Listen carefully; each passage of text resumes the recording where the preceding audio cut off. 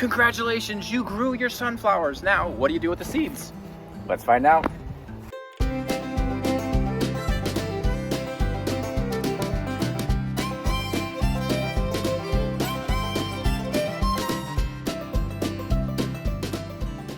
So you grew your sunflowers. How do you harvest the seeds? Wait till the top of the head is sort of yellowish, brownish. Once it starts to get there, the seeds start to dry out. You can choose to do it with it on the stalk, or you can cut it off and do it that way. I like to leave them on the stalk just so the birds can kind of eat whatever I don't get. So what you do is you would take the head and gently brush off all these little flower petals from it. So go ahead and take your thumb, put it on the edges, typically where the birds have already started to peck at them. You'll see that they'll just fall right off. Now, in order to do this without, if you have a net, you can put a net, but I actually just use a kiddie pool. I put a kiddie pool right down there, so everything that I'm doing, all the seeds will fall right down in there. And do your best not to get the debris and the petals in there, and you should see them all fall right where you want them. So sunflower seeds often mature from the outside first and then work their way inward, and sometimes they don't even all mature. You'll see this on your plant possibly, that you'll see seeds that look as they should, matured, and then when you go into the middle, you'll see basically just like a little husk.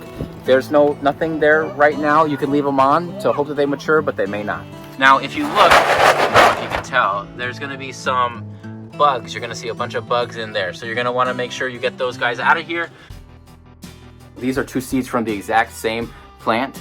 This one was stored incorrectly. As you can tell, it's got this kind of like black goo all over it. This one was stored correctly. So I'm about to show you how to store them correctly so you don't have these black goo seeds. Sometimes they will still grow, but don't risk it.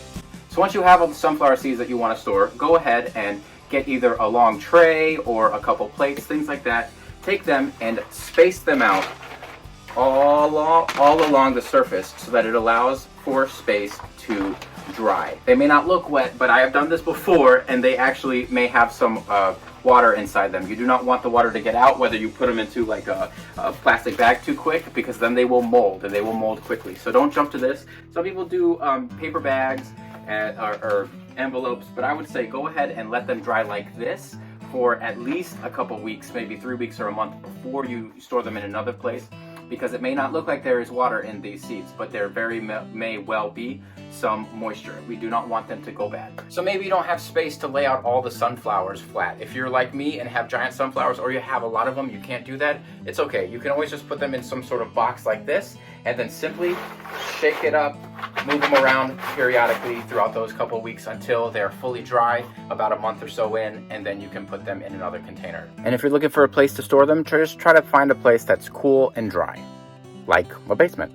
So that's it for this video. If you want other videos like how we try to grow a blue sunflowers in pots, how we grew our giant sunflowers, the one this year actually got to almost 14 feet tall.